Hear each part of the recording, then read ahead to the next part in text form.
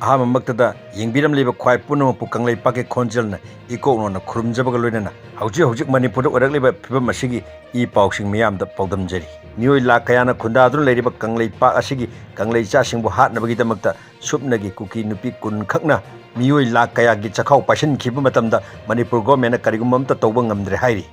मयक लारम खुदम हाइबु ngasi कुकी नुपी खरना नेशनल हाईवे लाइफलाइन असे थक मतमदा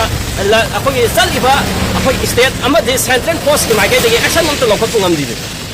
अकुंबीदा अखोगी खुनगाकपसिंग दगी अखोगी नोंमै फागथिबा मतमदा मया पाइबी मयामना लंबी थप मतमदा अमीना हाइबा लंबी थपा अखोगी मया पाइबी सिंग अदु गाड़ी ना तखाइगे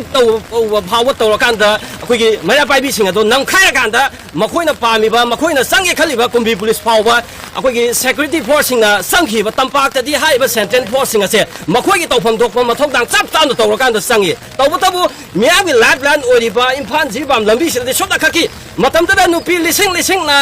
कुंबीदा लंबी थत्पा मतमदा लाखिबा security force central security force सिंगना नमखायरगा चत्पा ngammaga ngasi sumna khaki nupi kunkunthra khakna lifeline oriba lambi asi thalakpa matamda karigidamakta central force na action amta tawduna chalyaga puriba gari khudimak mafam sida halala ibano haibase si ning tamaleba amada tilubadagi ngasi aikoi ning tamagi shordo honba phanglabra hanglagli ning tamaleba amada pulle hadna aikoi ning tamagi shor honba phanglabra haibdo aidi madu phangrin hainingi maramdi aikoi wakala ni taadaba film leyo ko नोंमगी सराहानिगी वाफुम खक्ते नतना एकोइसे एकोइ फ्रु अमोइना हिंबा ngamgidra हाइबसे मासी याम चावहां ओइरेबा और मासीगी वाफुम सिदि तुंग हरप मिरोना लरप फ्रियापतो अति मखा phone गिनाना खा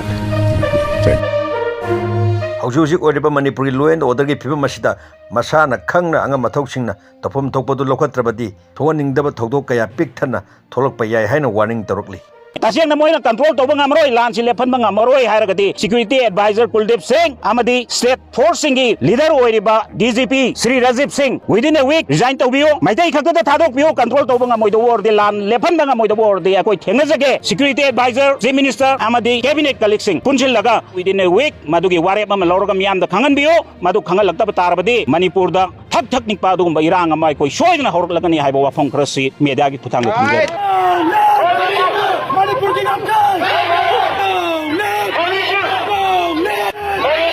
हौजिक ओरकलिबा मणिपुर की फिबम असिदा प्रजा मयामगी वाकत्ता अमुक्ता हान हाइखिद्रे अमुक्ता हान ngankhidreba अखोइ वाहि वता अकन्म यारोकलिबसी लेबाक असि पालिबा फमनाबी सिंगना मरि लेरिबा अथॉरिटी सिंगना यामना चेक्शनबा फै नत्रबदी मसि सिंसोय सोदन एक्शन वनथोरकलबदी लेबाक असि कांखोंग चाइरकलोय हाइनिङाइ लेति लेंगाकलो सिंगना कुकी नार्को टेररिस्ट की मथकता चपचाप पखम पीगदबनी हाइना हाइनरा कुकी मसा सिंह जिरी दे अटैक तरुबदगी तंपाकिल लबद इमा इबेल मेरा पाइबी कया नमसुंग सेसो कयाना खोंजंग चंगसिलगली बसी हाना चंगसिलंब खोंजंगा इतोप तोप सकलोल अमदा चंगसिलगपगुम तवे नुंतिगी फोमो पाउसिसने इनरगलिब मोंग असिसु हाना अमुक्ता थेनखिद्रिब हाना इमान मानद मोंग अमदा इनरगली मियाम ngksm paidringei pham thadokpana chumgani hainaragli haiba wahi asi han amukta takhidriba aduga yamna kanma wahi amani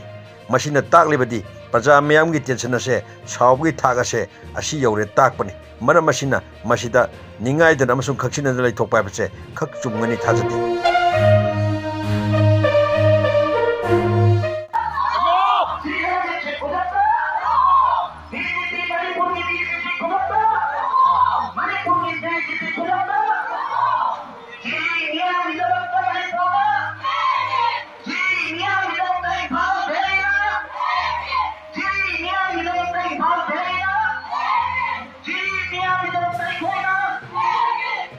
cookie terrorist Singh लंदारक्तुना हौजि हौजि Jiri दा अवाना तारबा मैतै मसा सिंगी दमक्ता कंगलैपा असिगी इमा इबेल ख्वाइ पुनमकना लंबी सोरक्ता थोक्तुना खुत्ता मैरा पाइदुना जिरीगी अवानागी दा सरुक याबा ओइना अमसुंग लैपा असिगी लुचिंगबा सिंगी मथक्ता वाकटपा ओइना वाकट रैली चटखि लोइना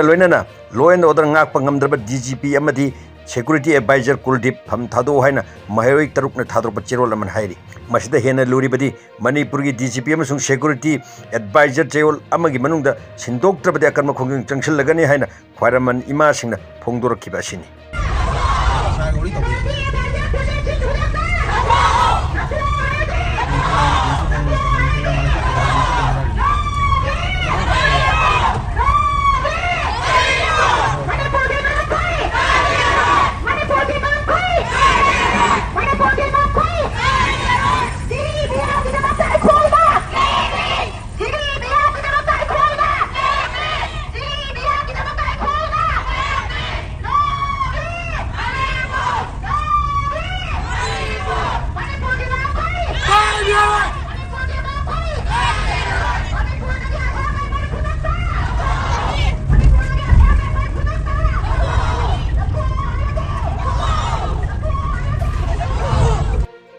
ngasi kanglei cha singna Manipur sida masagi maramdamda waduna khangno lerakliba chahi ma helaklabani masida nakoina tawriba singdo khangnaro uroroi haibagi matagumna nga ki ngamnaba ngangduna khangsinnadana tasinnadana sum leiba haibase tungda afaba khak warkan haibagi thajaba leiti